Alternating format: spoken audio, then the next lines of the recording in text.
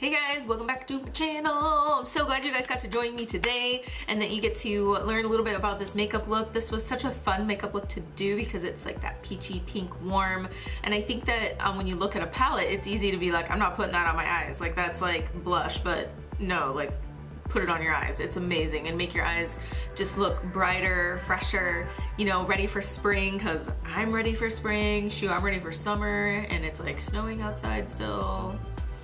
Anyway, so I got a chance to bring in some of the products that I got at the Indie Beauty Expo, like Inika Organics, and also these magnetic eyelashes that I picked up a few weeks later. So I got to do some new stuff today, and I got to kind of show you guys how to get this cool lip color. It's kind of a blend of a lot of different things, and got to see some of the old favorites. And yeah, I hope you guys get to enjoy this pretty peachy pink tutorial today. Thanks guys.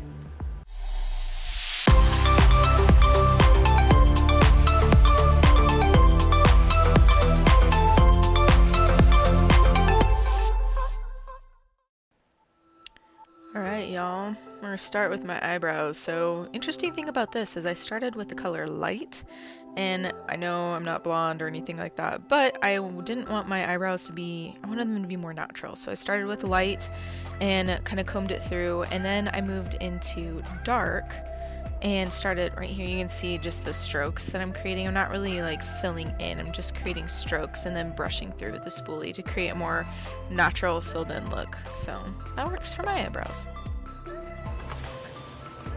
And this is kind of fun. This is Inika. It was a trial pack that I got from this brand when I went to Indie Beauty Expo. Obviously I'm thrilled to be pale right now, but this was kind of cool. I got to try two different powder foundations, primer, which is right here, and what I love about it is that it has hyaluronic acid in it, so that means that it's going to bring, it's a humectant. It draws things from the air and pulls it to my skin, which I desperately need right now, and it doesn't smell bad. So what it does is it creates a little bit of tack to the skin, so that way products like foundation can be a little more adhered to the face and they don't move around so much. This was a great foundation. Like the color was pretty good. It was a little pale for me right now, but I wasn't too worried about that. The guy that handed me the box must have been like, dude, you're a white girl. I'm gonna give you this super pale color. And this was me. This is what you can do to color match. So basically I did a big old fat swatch so I could really get a good idea of the color, and then I blended a smaller swatch on my face, and I was like, okay, it's good enough. I mean, I knew it was going to be kind of pale on me, but I also knew I was going to put bronzer on. So I used my Dampen Beauty blender, and here I wanted to slow it down so you could kind of see the coverage that it got over my red spot. It's very medium coverage, which is great if you're looking for medium coverage. So I think this would be a great foundation to blend with something else. But here I wanted to show you guys a little more close up. It was a little pale, and it's not super edited version, but I wanted you to see all the detail. If you're looking at this in HD, you're gonna be able to see how much it picked up all the dry skin on my face, and this was after I exfoliated and put moisturizer on. So I did put oil back over it and then used my fingers to blend it, and it was better. Here I'm going in with the Beautycounter Touch Up Concealer Pen, and I blend two colors because I'm kind of in between right now. Like, I tend to be more tan, but because I live in the Northwest, in the dead of winter, I look almost green. It's great. And here Paxton came to watch and visit for a little bit. But basically I blended in Fair and Medium 1. I am not a fan of the light color at the moment. I think they're having some problems trying to like get that color figured out. It's way too orange in my opinion. Like, it's not a pretty color. So I blend the Medium 1 and Fair together, and the color that should be in between it is light, but I don't like that color. So, and there I'm just prepping my lids. I use a Benefit product that I don't love, but I wanted to show that I do have to put that on my lid because I have oily lids. So it's really important to have a primer if you want your makeup to stick around, and then it's also important to set it. So here I set it with some of the powder that I got, and I'm setting my under eyes and my eyelid itself. And here's my very loved Ocean and Pacific palette, and I'm basically creating just a really light transition here. And I knew this was the bronzer I was going to use on my face, so I wanted it to be, it looks really dark right now, but once I start putting more color on my face, it makes more sense. And here I'm actually using the blush color Entice from Tarte, and I love this color because it's peachy pink. And then I'm going in with Sunset, which is a really pretty blush from Ocean and Pacific.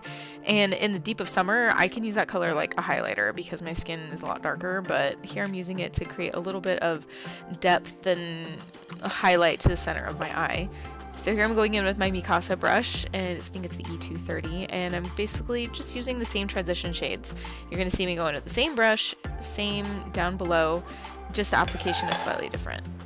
And then I realized, okay, hold the phone. I can't see anything. So I popped out the mirror from the Ocean and Pacific palette, which I love that option to be able to pop that out and use it because I use it on my clients, use it for myself. And then here I use some setting spray to basically just create a really nice point that I'm really excited about because it's hard to find angled brushes that will get that thin. So basically I went in with a angled brush and the darkest eyeshadow in that palette for my eyeliner, and I wanted to do something that was an eyeliner and it was there, but it wasn't black and it wasn't gray. So I went for this and I thought it turned out beautiful for this peach look. Like honestly, I think this is my favorite part about this look. And then I used the Beautycounter volumizing mascara. And now this mascara is clay based, and so you have to warm it up. You really, really do, because it's safely formulated, so it's not going to be the black in it is going to be safer. And you can see I push it into my lower lash line, like push it in, and then I stroke it upward. Now it's time for some cheeks.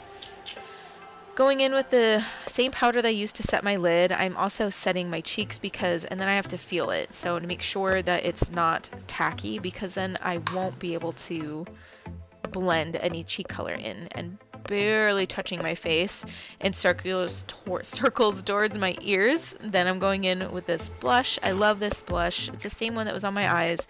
I was creating more of a monochromatic look for this, but that's what I wanted. I wanted a peachy pink. And there's the finished look for the cheek. Now here is the Maya Chia Highlight of the Day Illuminating Serum. I love this serum.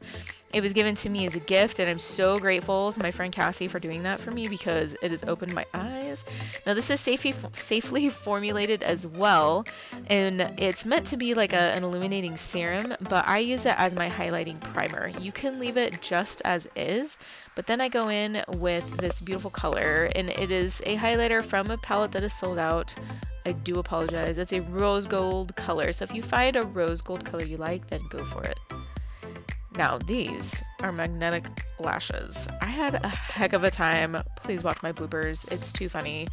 I had a heck of a time trying to get these on correctly, but ever so carefully, I got them to snap together, and I really actually loved the end result. It was kind of a pain, and it took some practice, but I really love these half lashes. The full sets I'm still monkeying with. I did not enjoy the way those worked out, but I love the way these looked. And they're the little half sets from Ardel. Everything will be down below if you want a better look at it. But look at this eye look. I was so happy with the way it turned out. So on to the lips. This is the Bite Beauty number 36 lip pencil, and I love Bite Beauty because they are more careful in their formulation. I don't think they're 100% non-toxic, but they are pretty darn good for conventional makeup. So, and I am desperately looking for good lip liners. There are some clean brands out there, like Zuzu Luxe has good ones, but their colors are so limited. So I wanted to do this because I wanted a really defined lip, because sometimes with nude colors it's not so defined, and then I'm contouring the outsides of my lip. Now this color, look at this color. Oh boy. That color is called Enoki. I believe they are going out of stock. I think that they're not going to be making this color anymore. Understandable. I mean, look at it by itself. It's so weird looking. And then I wanted to go in, it was mostly as like a layering technique. So here I'm going in with a nude color, and it didn't, as you can see, it doesn't give me the color I was going for. I thought it would tone down the brown. And have that. Nope. So I blotted off just a little bit, and then I went in with this beautiful Tarte color. And this is Rum Punch, I believe. Yes, Rum Punch. And it created just the perfect peachy pink on my skin, because most peachy pinks look too pink or they look too beige. And then I layer the top with a really bright pink lip gloss, and it just creates a very nice complementary color to my eye look and my cheek look. And I love the way this turned out, and it's something I would wear every day. Granted, I don't wear makeup every day, but I would if I did. Alright guys, that's it. Thanks for joining me today, and I hope you got to learn something new. Don't forget to like, comment, subscribe. That just helps me. Honestly, it helps people find me. It helps people. It shows me that it's something you guys like. So if this is something you're into, then hit the subscribe button and give me a thumbs up, because that really helps me understand what videos I should be still doing if you guys like tutorials, or if you want talk-throughs, or if you want more education and things like that. So thanks for joining me, and I'll catch you in my next video. Bye!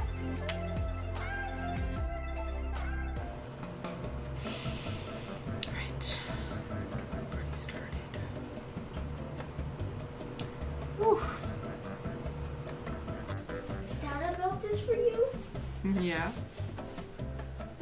It's pretty cool, huh? Dada's nice to you. Dada is nice to me. You are absolutely correct. How you doing? Is that the camera that leads to that? Mm-hmm. Oh.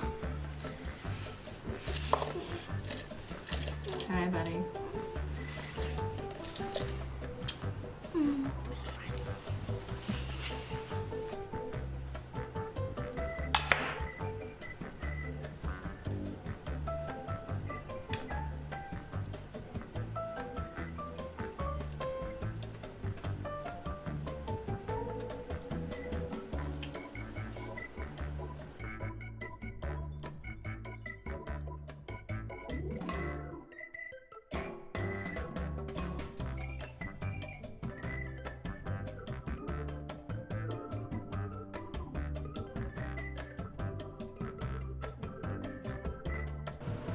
Really off. Okay. This might be a little harder than I thought it was gonna be to do on camera. Oh,